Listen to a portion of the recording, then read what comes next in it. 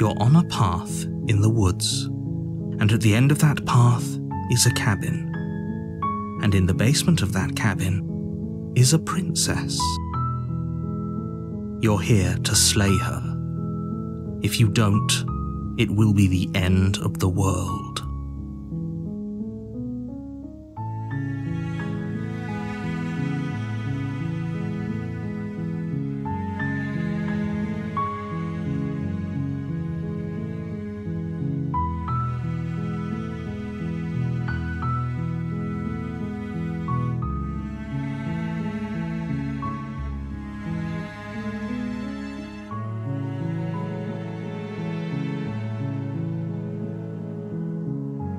I'm talking about the end of everything as we know it. No more birds, no more trees, and perhaps most problematically of all, no more people. You have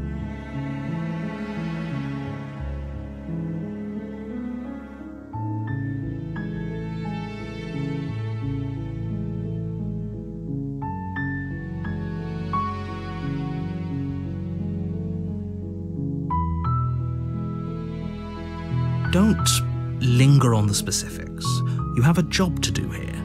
Just get in there and do what needs to be done. We're all counting on you.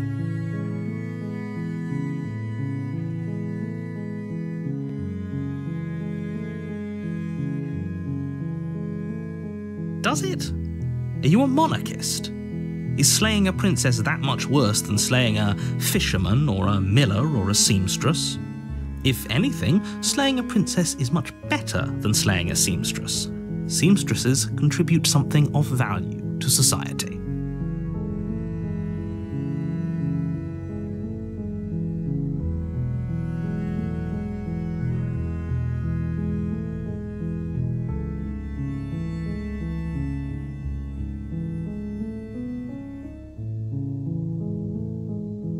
Then I guess we'll just have to see what happens, but a word of warning. If you go in prepared to hear her out, she could easily trap you in her web of lies, and the more you listen to her honeyed words, the harder it'll be to pull yourself out.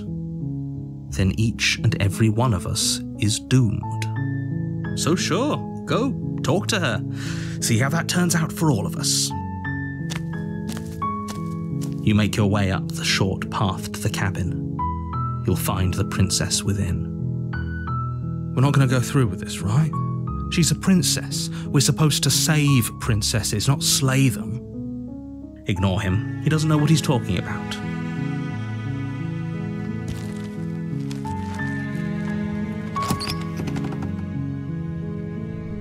The interior of the cabin is almost entirely bare. The air is stale and musty, and the floor and walls are painted in a fine layer of dust. The only furniture of note is a plain wooden table. Perched on that table is a pristine blade. The blade is your implement. You'll need it if you want to do this right.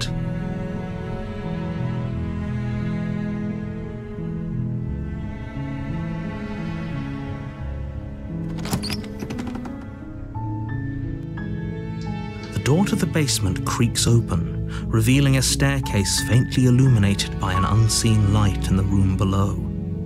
This is an oppressive place.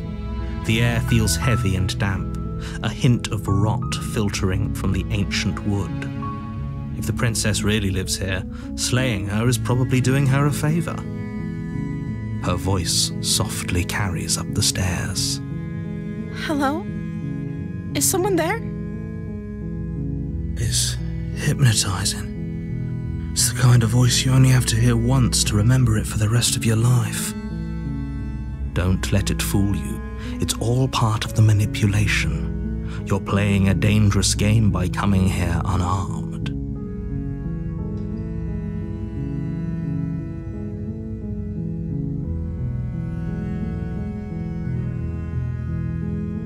Don't be a stranger. It's been so long since I've had any visitors. Please, come downstairs. You walk down the stairs and lock eyes with the princess. There's a heavy chain around her wrist, binding her to the far wall of the basement. She's beautiful. How could someone like this be a threat to anyone? I am begging you to stay focused. There's a lot riding on you here. Hi. Do you think you can get me out of these chains?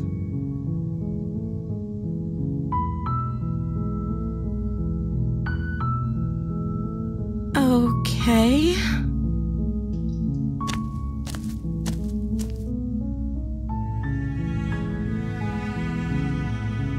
Oh. She pauses, carefully formulating her words before she responds. You can address me as Your Royal Highness. Or you can just call me Princess if Your Royal Highness is too formal. Is Princess her name or her title? What if it's both? Could you imagine being named Princess Princess?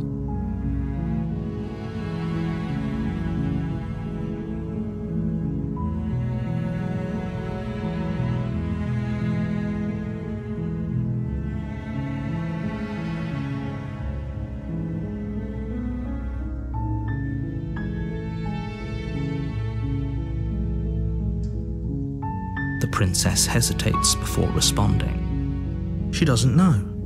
She's been down here too long to have any idea of what she'd do in another life. She knows what she'd do. She's just searching for whatever answer she thinks you want to hear. Are you looking for the truth, or are you looking for the right answer? Because with the dynamic we have going on here, I don't think the specifics of what I do really matter. It's not like you'd believe me.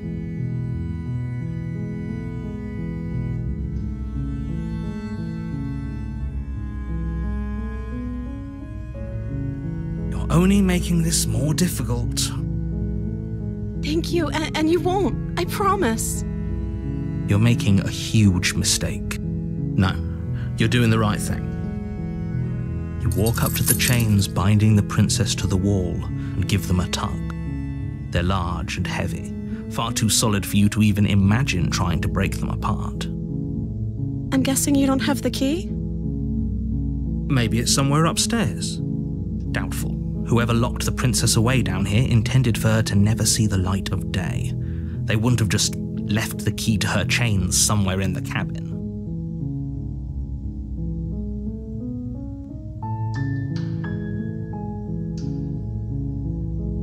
Maybe there's some way to break the chains? Or if that doesn't work, I guess we can always cut me out of them. She offers the suggestion with almost complete nonchalance. If we were stuck down here long enough, I'm sure we'd be nonchalant about cutting our way out if it meant we could finally be free. You attempt to make your way out of the basement, but the door at the top of the stairs slams shut. You hear the click of a lock sliding into place. Is someone else here?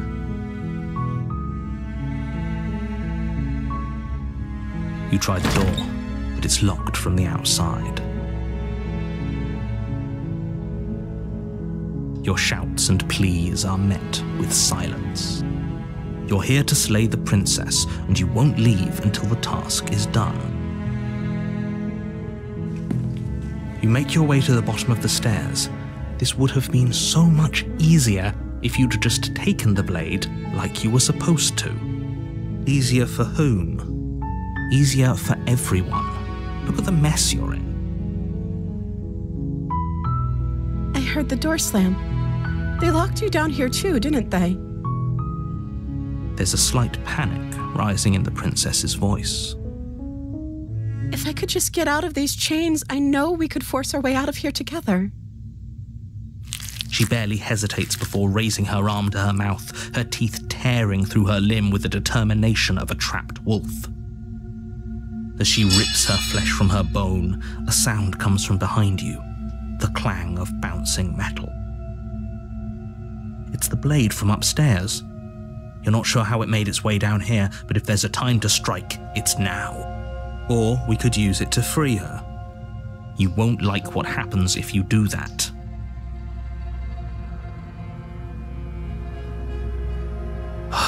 Fine. Against your better judgment, you place the blade against the ragged, self-inflicted wound on the princess's arm just above the unyielding chain binding her to this place. You cut into her flesh.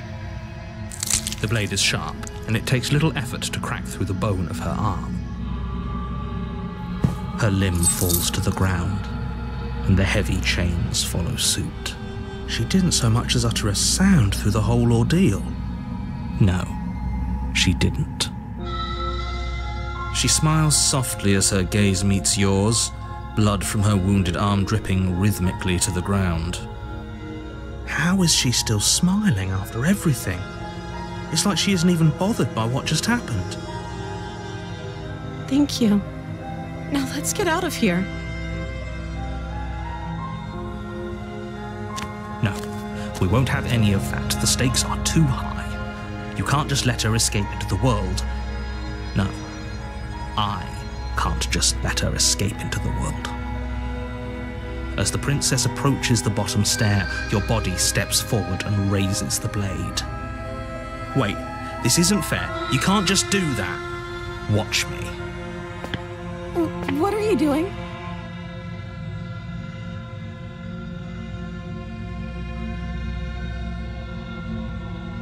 Stop that. Something's come over you, hasn't it?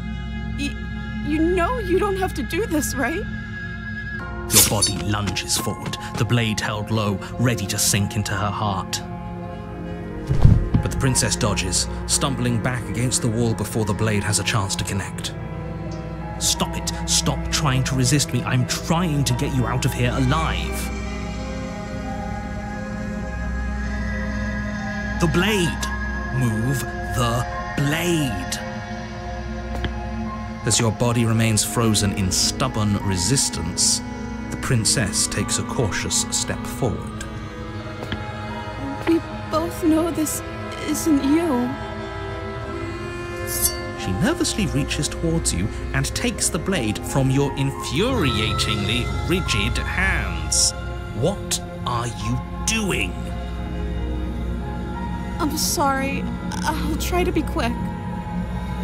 She plunges it into your chest, tearing through flesh and sinew. It is agony. But you aren't dead yet. Oh no, I'm so sorry. Stay strong. We can tough it out until it's done. For her sake. For her sake? Don't you start pretending that dying a painful death is some sort of heroic gesture. The two of you have literally doomed everyone. Whatever. She sinks the blade into your chest again and again and again, and you feel every inch of burning pain that slices its way into your body. I'm sorry. She doesn't know how to use a knife, does she? Apparently not, though it doesn't matter how sloppy her blade work is, does it?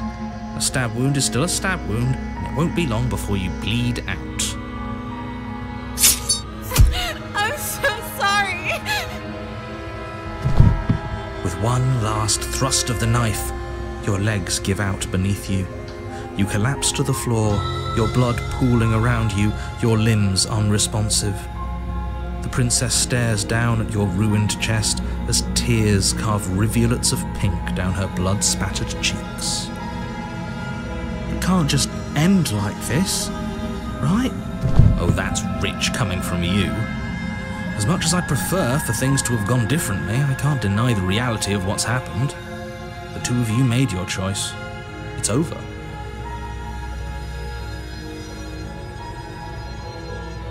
Everything goes dark, and you die.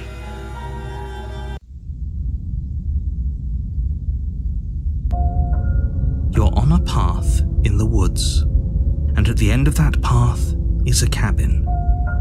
And in the basement of that cabin is a princess. You're here to slay her.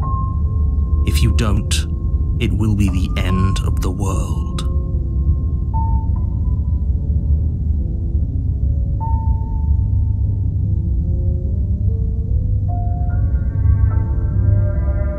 I can assure you that you're not dead. And to answer your second question, You're here to slay the princess. I literally told you that a second ago. If he doesn't remember what happened, then maybe it's best to keep it that way. Yes, he didn't approve of us last time, did he? If we're going to save our beloved, we'll have to be sneaky about it. Our beloved? Yes, you'll have to be very sneaky about your intentions if you're going to try and save the princess. Ah, so all of the cards are on the table. Then you should know that we and the princess are in love, and the four of us will be foiling any and all assassination attempts you've got in the works. We'll see about that. Whatever you do, just be sure to ignore him specifically. Sounds like he's the sort who'd sacrifice the whole world for a peck on the cheek. What can I say? A world without love is a world that isn't worth saving.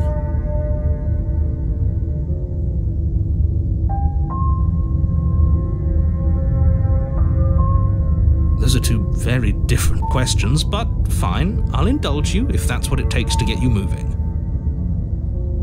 Let's say for a moment that this really is the second time you've met me, or at least a version of me.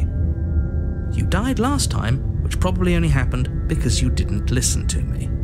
You were the one who did us in, villain. Well, not you in the literal sense, but you did everything you could to stop us from rescuing her.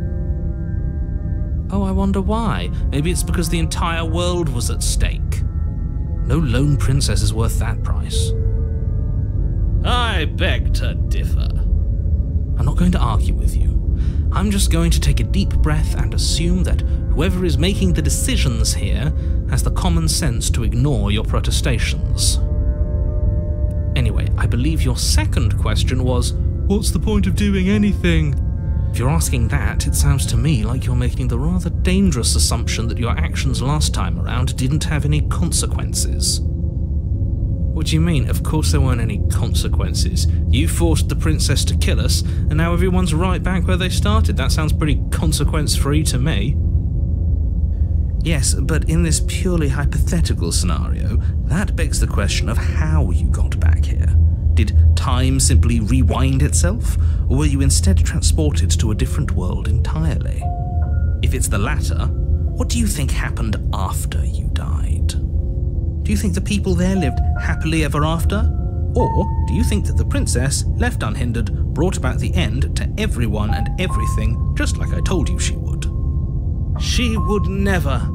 She's a perfect angel that you cruelly imprisoned as part of some convoluted, dastardly scheme. Convoluted? I don't know how this premise could be any more simple. Princess bad, stop her, save everyone.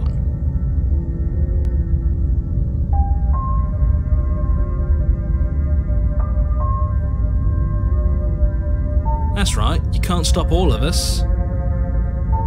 We're going to sweep her off her feet if it's the last thing anyone does. Are these really the sorts of people you'd like to align yourself with?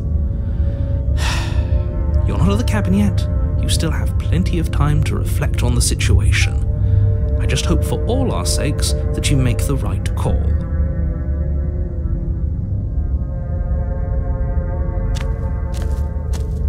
A warning before you go any further. She will lie, she will cheat, and she will do everything in her power to stop you from slaying her. Don't believe a word she says. We already told you we're not playing along with your little game. It's your lies that can't be trusted. Her beauty is the only thing in the world we can believe in. I think we've already been over this. I'm pretty sure he just likes the sound of his own voice. I do, but I also speak from the heart. My passions are too great to be stifled. They must be expressed. Sure, yeah, your passions are strong and all, but not everyone needs to hear them. Some things are better kept quiet. Don't pay their bickering any mind. Focus on the task ahead.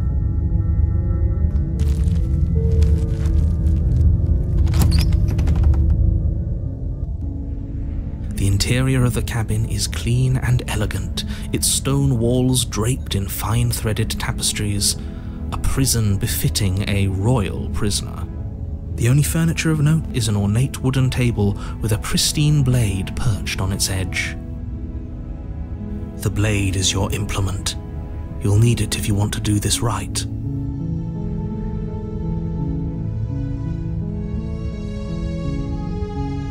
Very different. Is it? I can't say I was paying much attention to the scenery last time around. Maybe that's because you haven't actually been here. I hope this means you'll finally drop that ridiculous past life nonsense. You haven't died, and you certainly haven't been killed by the princess. So focus up. Stop letting yourself get distracted. That's because there isn't a mirror. There's a table, the blade sitting on the table, and the door to the basement. There's nothing else in here. There's definitely a mirror. There isn't. I'm sure the princess would tell us there was a mirror if she were up here. In which case she'd be lying to you because, again, there isn't a mirror.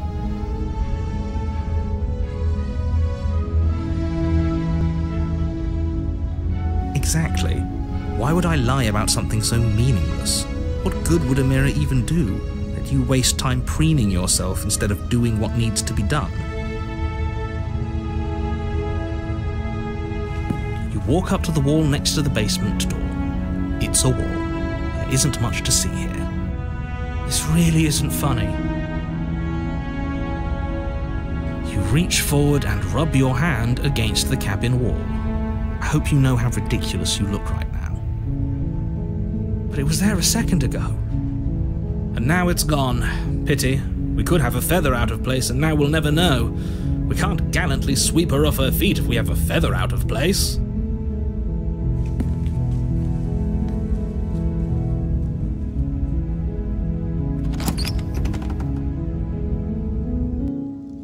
The door to the basement creaks open, revealing an intricate stairwell. Gold-trimmed carpet glimmers in the light of the torches positioned along the walls. The basement almost seems welcoming in the dim firelight. But it's still a stone basement. If the princess lives here, slaying her is probably doing her a favor. A soft voice carries up the stairs. Hello? Is someone there? Her voice. It's somehow even more beautiful than last time. I can hear wedding bells already. I've held my tongue till now, but you're taking this a little too far. We barely even know the princess. We can still do right by her without all this over-the-top fawning. Yes, for everyone's sake, you're not in love. Just remember that her charms are all part of the manipulation. You walk down the stairs and lock eyes with the princess. There's a heavy chain around her wrist, binding her to the far wall. My love, we're here to rescue you from your unjust and foul imprisonment. You know she can't hear you, right? She may not be able to hear my words, but surely she can hear my spirit. Oh, your spirit's plenty loud, all right. It's you, my dashing hero. I was so worried you wouldn't come back. Did you hear that? She said we're dashing. And she called us a hero. Flattery really goes a long way with the two of you, doesn't it? Waiting for you to come back. I didn't want to believe your ravings back in the woods, but this is next to incontrovertible evidence. You've been here before. That's right, villain, and you killed us. Well, she killed us. Only because he made us try and kill her. It was self-defense. Our beloved's hands remain unstained by cruelty. And you've died before. So an entire world has been damned to oblivion. I'd really hoped I'd be the first, but what's done is done. What matters is you have a chance to do it right this time. Now, hold on, if she actually ended a world, are you sure we want to do this? Are you sure we want to rescue her?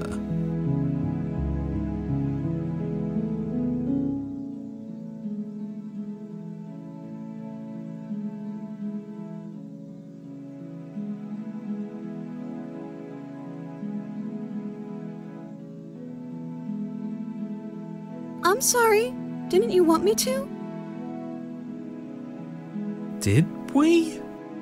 We warned her of the cruel forces seizing our body. That's practically telling her to kill us.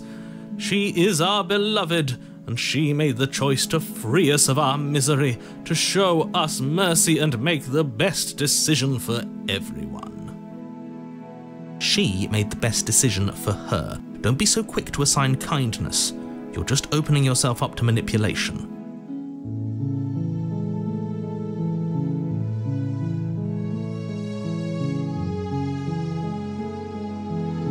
You died, and now we're talking.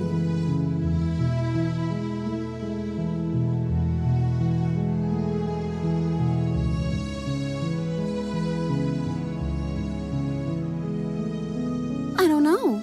Was I supposed to have ended the world? Would that have made you happy?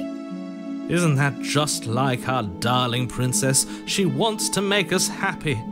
My heart melts further with every word that passes through her beautiful lips.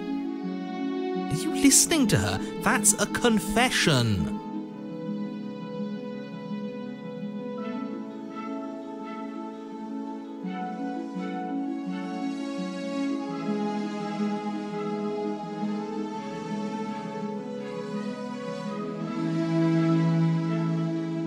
Then I didn't end the world.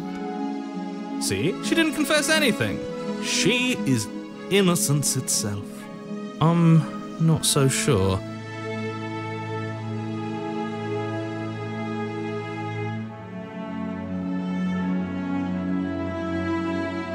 If another version of me was pushed to such drastic action, it was for good reason. That's okay. You were just doing your best, and that's all that matters.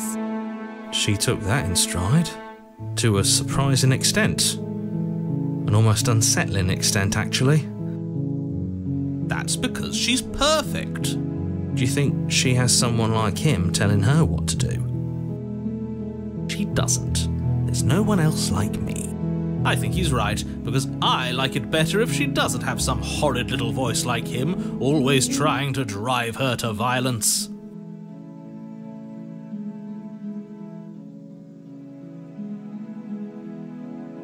I'm okay with whatever you come up with. You can cut my arm off again. We won't be laying a finger on her perfect wrists, and indeed, we won't even have to. Do you see how dainty her hands are? We'll be able to slip her right out with no harm done. What?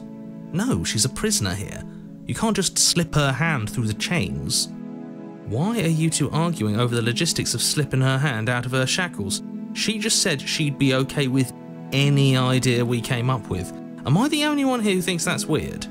She didn't care last time. Why should she care this time? That's our stoic, smiling angel. No, you're right. It's extremely bizarre behaviour and further evidence that she's a monster who's not to be trusted. So go ahead and slay her. No, I can't let you do that. If you take another step towards the princess, You'll what? Take over our body and force us to try and kill her? I would if you had a weapon. Not on my watch, villain. My passions contain titanic depths, and if you try anything that might harm our dearest, I will end our life without a second thought. You wouldn't. I would. I'd listen to him if I were you. He has a lot of strong feelings, and doesn't the world end if we don't stop her? You approach the princess and gingerly slide her hand from her bindings. That shouldn't have worked. I'll be damned. We're doomed. I can't believe it, but I guess I have to. I told you, there's no life more worth living than that of a true believer. I'm free, and you're not trying to kill me this time. Thank you. Thank you so much. The princess jumps up and smothers you in a joyful embrace. Ugh. If only you had a weapon, one slip of the wrist and your pristine blade would be buried in her back and everyone out there would be saved. Luckily for Mr. Romance, we don't have a weapon. Who needs a weapon when we have the power of love on our side? What do we do now?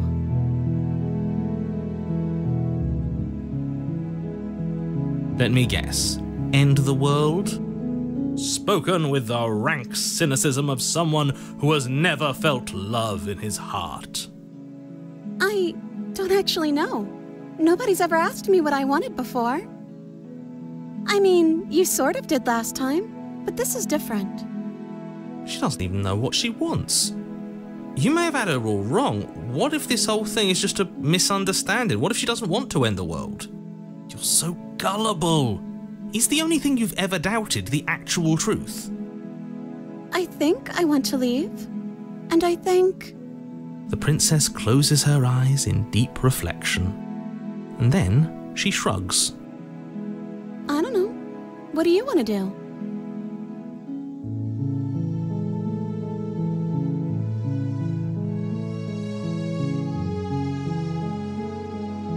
I just want to make you happy.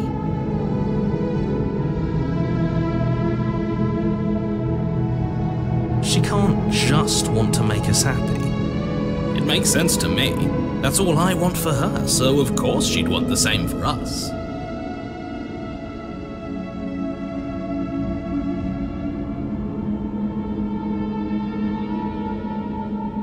I just want to make you happy. Is she broken? What's going on? What's going on is she's lying to you, only she isn't a good liar. Are you starting to trust me now?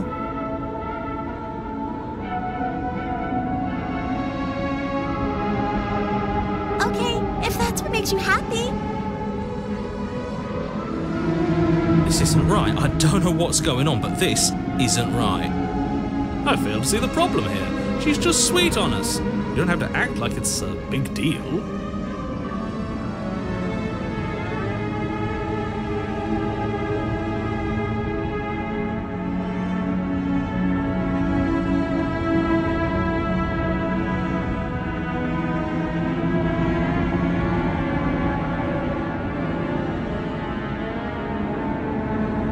Oh, is that really what you want? If you think that would make you happy, then... Her eyes dart uncomfortably to the corners of the room. I guess we could do that. Oh, at least she's normal again.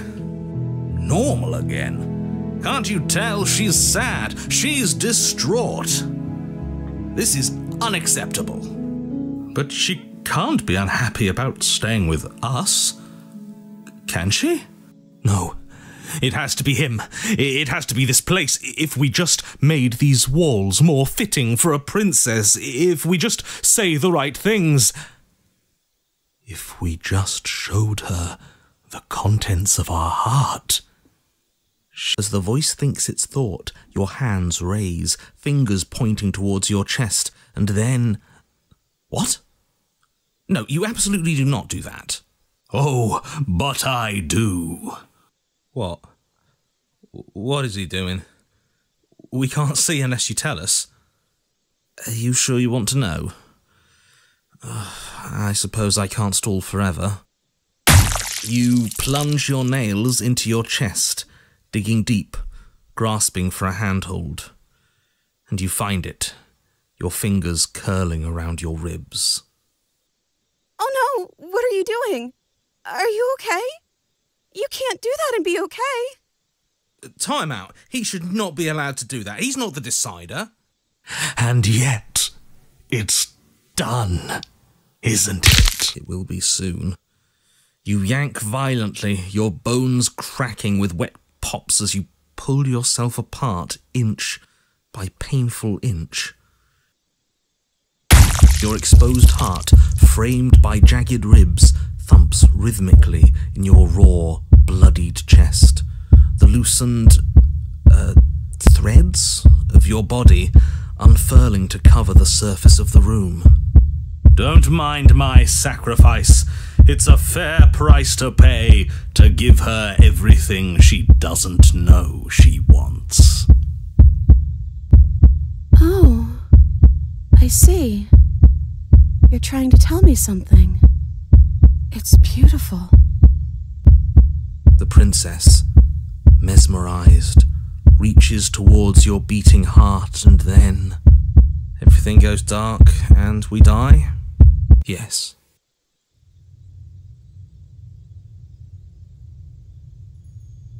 You're on a path in the woods. Mate, we're clearly already in the cabin. Excuse me? You're clearly... Oh. Huh. So you are. How do you know about the cabin? I didn't get to the cabin part of my opening monologue yet. We've been here before. Well, not here, but I'm sure you know what I'm talking about. You knew about the loop-in last time. Not that he was eager to divulge that. Right on cue, here's the new guy. Welcome! Can't say I'm happy to be here. Okay, yes, I get it. You've been here before. That's terrible. You know that, right? Because the only reason you would have been here before is if you failed in whatever world you'd come from, meaning you doomed an entire other reality. But I'm sure since you're so well-travelled, you know that, yes? We know that you keep telling us that, but we've never seen a world end. As far as I'm concerned, that whole conversation is just noise. And I'm stuck on a better question. The other one? Yeah, a certain lovesick fool has been suspiciously quiet. One might even say. Oh, you're right. It's a little quiet here, isn't it?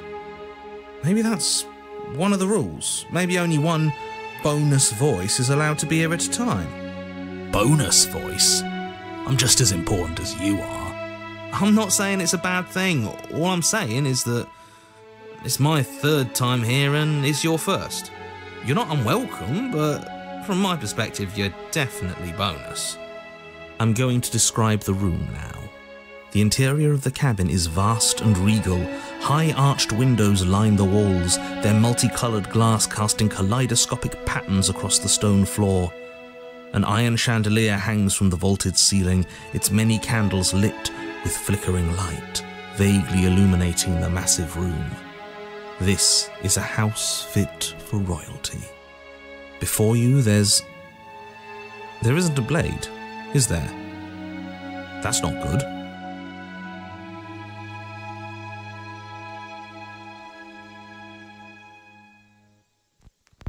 I see your point, but it's still an option that's been taken away from us. I don't like losing options. Yes, and it's an important one. It's your implement. You're going to need it if you want to do this right. And the fact that you're here, right now, again, means that you have not yet done this right. But it's not there, is it? We don't even get the choice.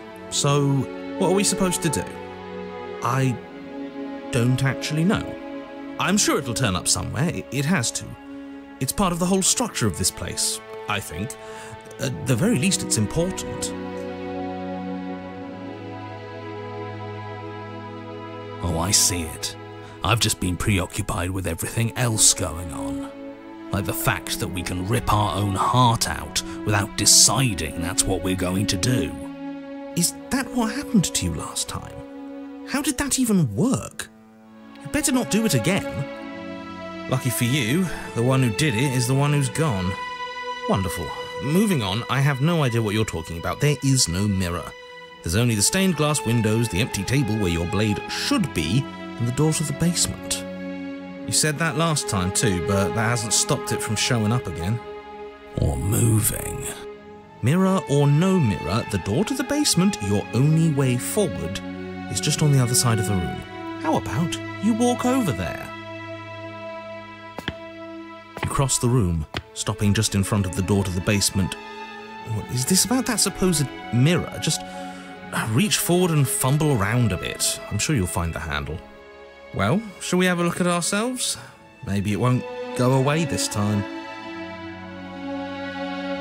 You reach forward, your hand instinctively wrapping around the handle. Figures. And then you push the door open. Marvellous. We can proceed. It would seem that the stairs to the basement don't lead to a basement at all. Rather, they go up. They're draped in fine carpet too, one that feels pleasantly soft against your feet. If the princess lives here, slaying her would probably... no, that doesn't work here at all. This place is nice. It's fancy, even. I have to say, whatever you did in your previous lives, I deeply dislike how much it's thrown me off my rhythm. Well, if all of this has thrown you off your rhythm so much, then maybe we don't have to slay the princess. No, you absolutely do. Just because she lives in a nice house doesn't mean she doesn't pose a direct threat to all of reality. It's in her very nature. Am I the only one who remembers how much she changed last time? Does she even have a nature? That is precisely why she poses a threat. I don't know, she got weird for a second, yeah, but she didn't change that. We have to move on. This is a wildly dangerous line of reasoning.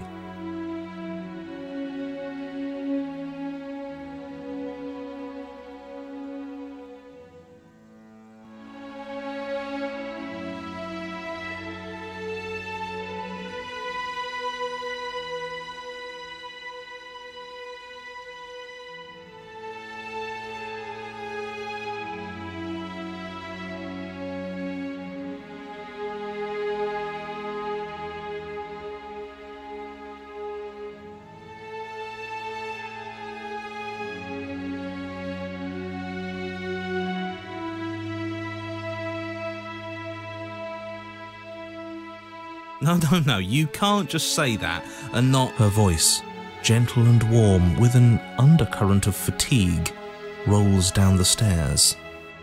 You're home. Dinner's ready. As much as I desperately want to know what happened last time, we are not going to examine it. The more we think, the worse this gets. Why are you so on edge? This is much nicer than what we're used to. I'd like to have dinner. Dinner sounds nice. That is the problem. This isn't supposed to be nice, and she's supposed to be a prisoner. I need to stop talking. I need to stop talking. Just go upstairs, okay? And don't eat the food. This hall, like the one below, is grand and beautiful. Torches bathe the room in warm, comforting light. Just enough to illuminate the tapestries along every wall, woven with scenes of chivalry and courtship and romance. The many cloth eyes are fixed on each other, gazes averted from the long table in the centre of the room, the princess seated at its far end. Your pristine blade glints in the weak torchlight, hanging from a golden chain around the princess's neck.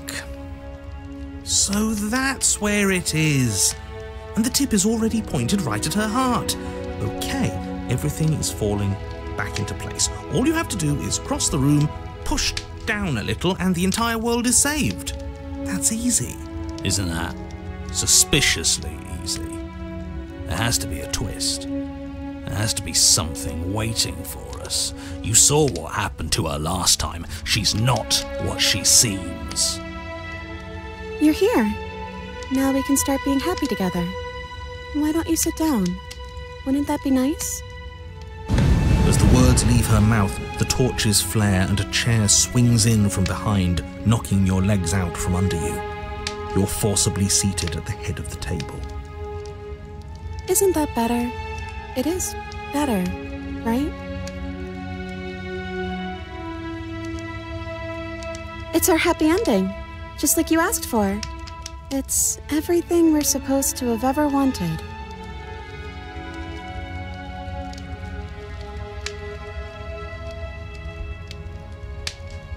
Oh, right, dinner. I totally forgotten about it. Flames burn bright and a shadow dives across the table.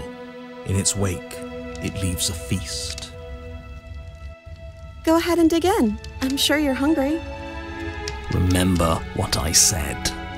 Oh, but it looks so amazing, and after everything we've been through, we could really use a break. Are you sure we need to be so concerned? I'm not sure about anything, and that's the problem. For what it's worth, I generally don't think one should trust strange food that magically appears on a table.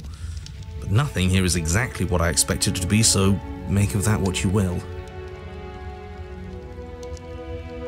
You begin to feast, and the princess follows suit, her soft smile never fading. The food is more exquisite than you ever could have imagined. You sample countless otherworldly dishes, sauces and bread and hearty stews whose tastes dance across your tongue. You tear at hunks of meat practically melting from the bone, juicy and tender and bursting with flavors you could scarcely begin to describe. Your cup fills itself again and again with a flowery nectar so sweet it tastes like glimmering jewels. This really is perfect, isn't it? It is the best meal you've ever had. But then it's over, and you're just as hungry as when you began. Wasn't that perfect? We should do it again. The shadow washes across the table, clearing and replating. The feast is once again laid before you. The food is good. Again, you tear into golden crispy flesh, dab at the slurry of aromatic sauces on your plate with thick crusted bread, sip your goblet of sparkling gems. But you have done this already. And then it's over, and you're just as hungry as when you began. You're still hungry too, right? I know this wasn't as good as it was last time, but we just have to do it again. That's all. It'll be perfect if we just do it again. So the shadow sweeps over the table, clearing the old and laying out the new. And so you do it again. The meat is fine, the bread is fine. You sample the side dishes and they're fine too. You finish your goblet, the liquid within no longer glimmering on your palate, instead leaving your mouth coated in a tacky film. You put it down and it fills again. You do not drink more. So we had a mediocre meal. It's not a big deal. That's the trap. It wasn't mediocre at first. It's trending down. We're just getting a little sick of it. So what? We just have to try something new. I'm sure we won't be stuck eating the same meal forever. Regardless of quality, it's over again, and you're just as hungry as when you began. Again. No, something was wrong that time. But maybe I was just tasting it wrong. It looks just as good as it did the first time. It shouldn't taste like this. Again, the shadow replaces your feast, and again you eat. The meat is greasy. The bread is tough, its crust hurting your jaw as you chew. The grey vegetables are barely worth the effort of picking through. You don't even touch the goblet, its sickly sweet aroma utterly unappealing. I'm so tired of eating. At least you still have the memory of how good it was the first time, right? I'm so tired of this. As the words leave her mouth, one of the torches on the wall sputters and then goes out entirely. What just happened? Did I do something wrong? A light went out. Maybe a coincidence, but maybe not. As if in response to the dousing of their brother, the other three torches blaze brighter, their flames licking at the walls. Their shadows deepen, dancing angrily across the stone.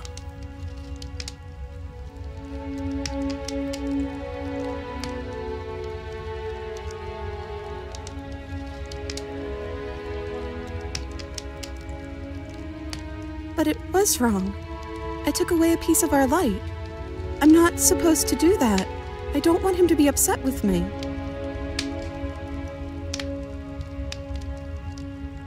He's the voice that whispers sweet nothings in my ear. I think he made this place for us. It all makes sense now. It's him, isn't it? He's making all of this happen. He's the one who's trapped us here. Who? The lovesick one, the one from last time. He's not gone. He's just with her now. He's the shadow.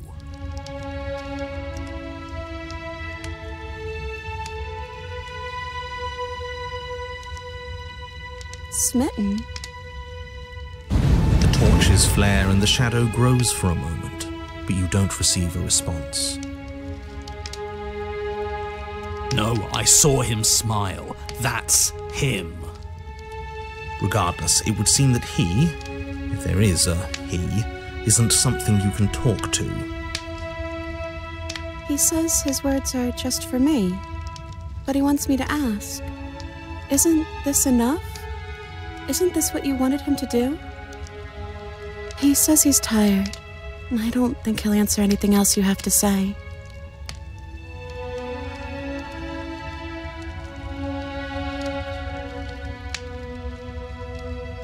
I don't know. Maybe we could play a game. Yeah, that's exactly what we should do.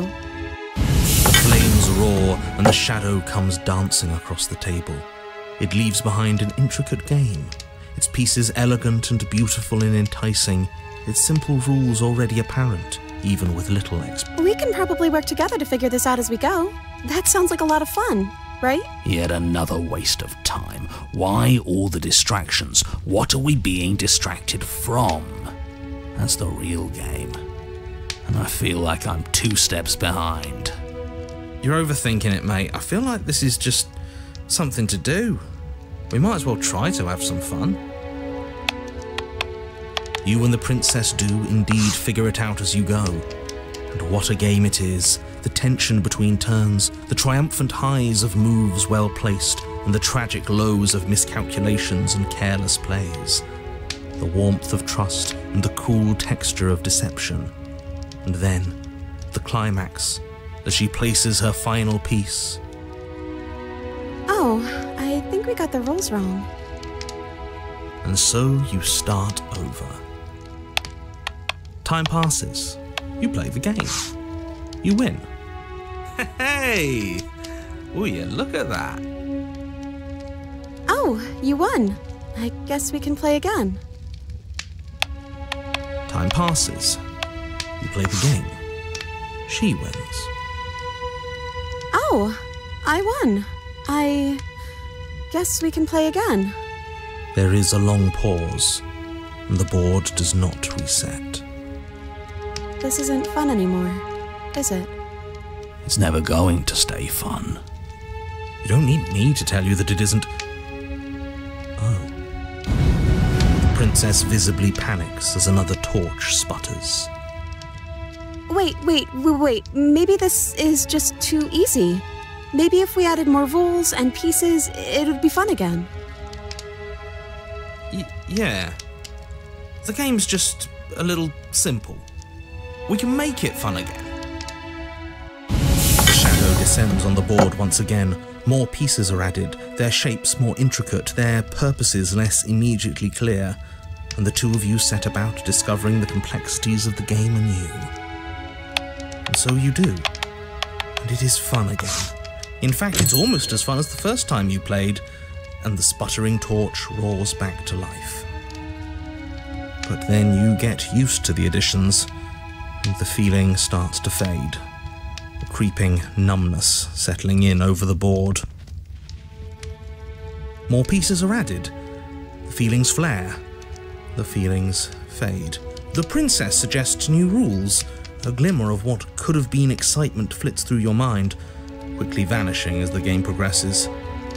Your pieces advance in an ever-increasing slog to their destination. Winning and losing become nothing but ends, and even the end becomes nothing as you roll over into a new game, the board resetting as many times as you can finish, till finally... I'm out of ideas. I'm actually out of ideas this time. I don't think I can play anymore. As the words leave the princess's mouth, another torch goes out. Again, the remaining flames burn brighter, and the shadow dances faster. I'm happy, I promise. We're both so happy here. You don't have to be upset. This is... awful. I think we all know that we're not happy. We just have to admit it to ourselves.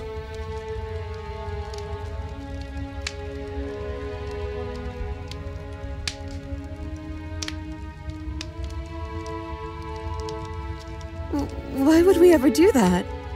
We need the light. It's what keeps us happy.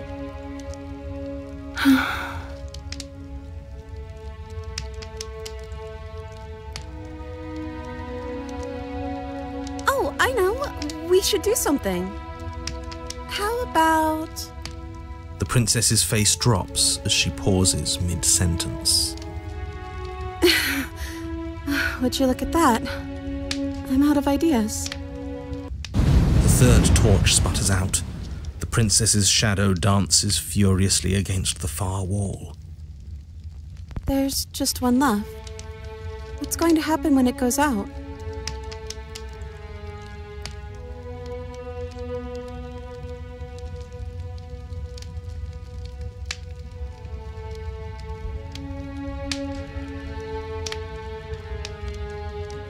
We do, don't we? I'm not happy here. I don't think I ever was. The princess sobs, burying her face in her hands as the final torch blows out.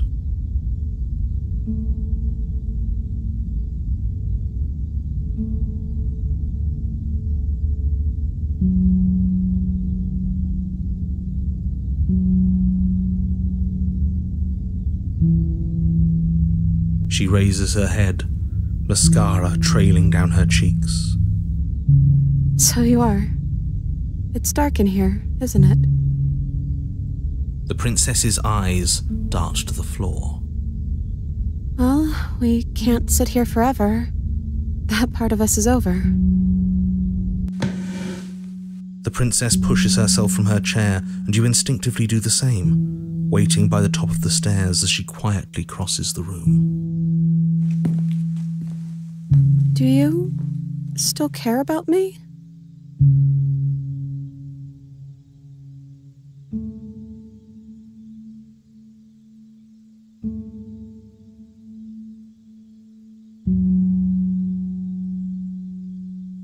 Oh, I wasn't expecting you to say that.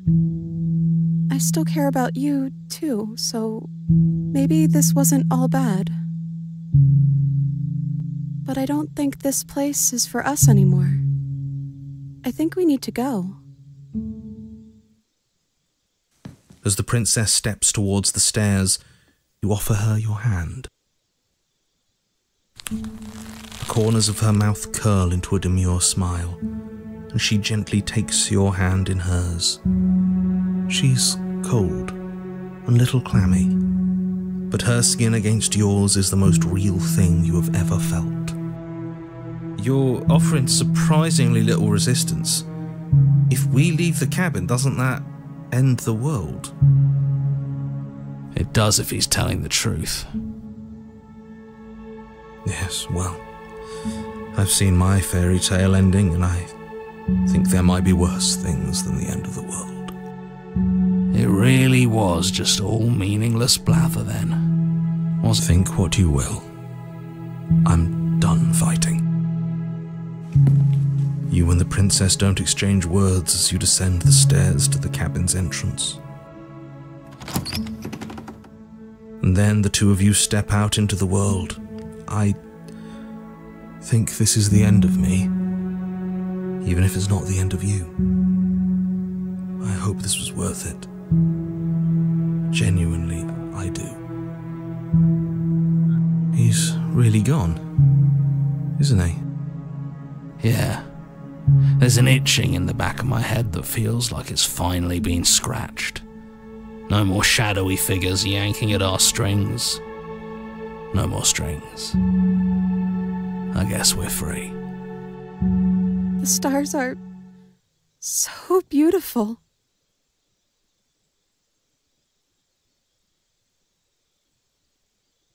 We should dance.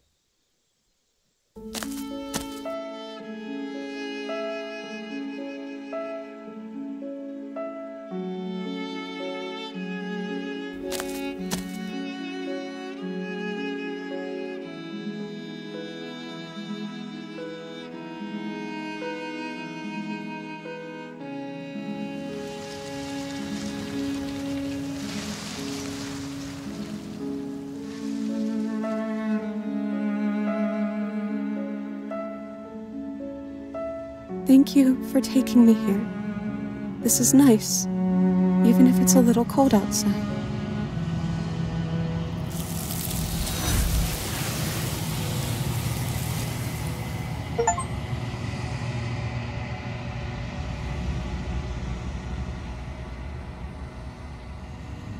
She's gone. Where did she go? Should we try and find her? And is that a mirror? Why is it here? Why now?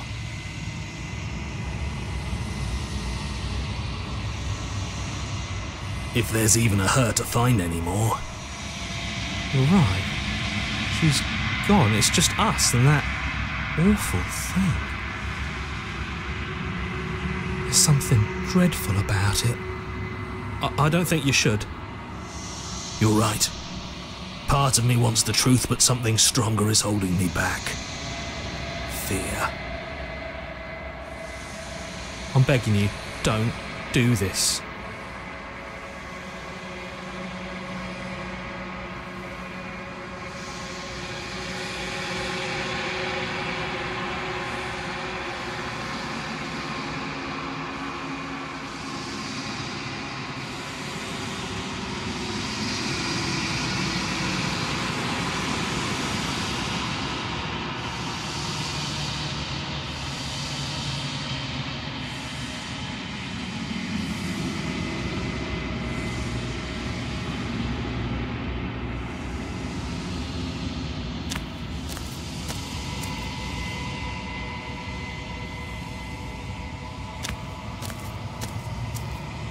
Something finds me in the long quiet and brings me the gift of a fragile vessel.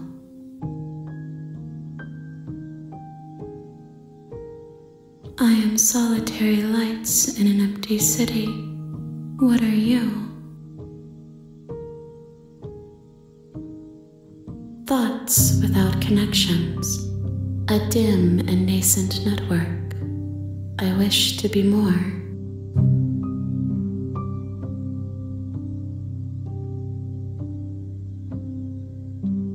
I think that you are like me. We are oceans reduced to shallow creeks.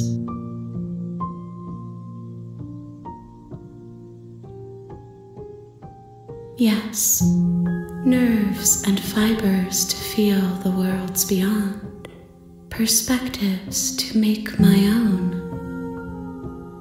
This one is a songbird in a cage of gilded shadows. She will make for an honest heart. Do not mourn her. She has finally learned to sing for herself.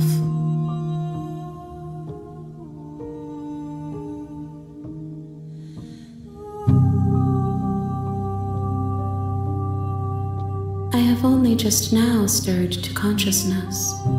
I could not have trapped you here, and How can the world have ended if we are talking?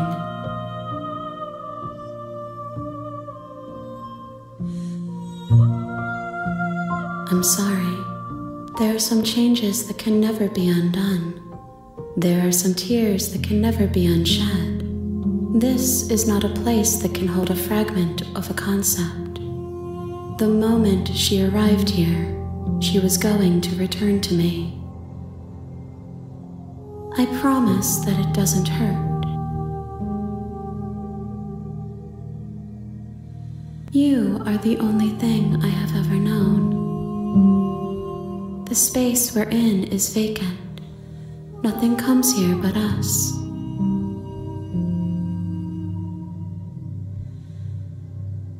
She is part of me, and part of me is her. You speak in circles. Does it matter where one thing begins and another ends?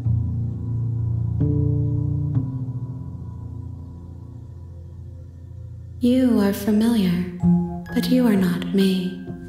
I feel sadness, longing, hope as I witness you.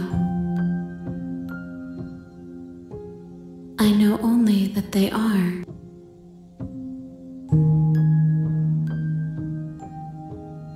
Nothing as we are, but I know that there are worlds beyond us, and that we are meant to reach them.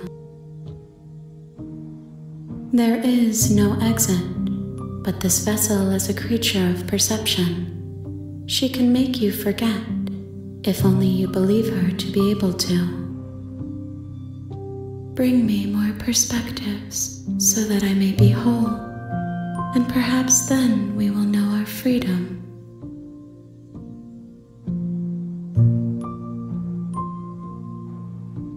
I have not lived. I am not afraid to die. Everything, until we meet again.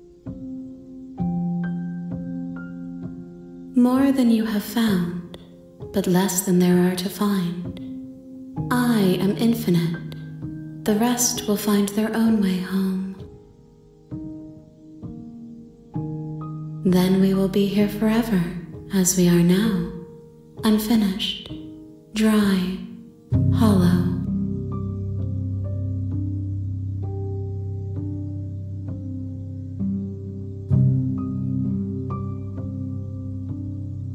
You ask of things that cannot be done. To destroy is merely to reshape, to remold.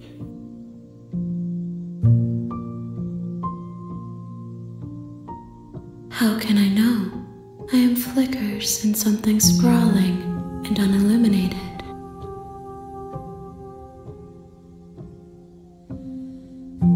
If you need time, then I'll wait with you. You are as I am now, and forever is a long time to remain undone. I am not you, but I know that I would return before forever was finished. What textures will you weave for yourself to occupy forever? Will you place the images of you and I into a box for safekeeping? If you close that box, will you become another you in another world? An imaginary pattern repeating itself until it can no longer bear the weight of its hand-drawn cage? You'll always come back to the box, because you'll always want to know what it means to be you. I will be here waiting by your side until you're ready to return to mine.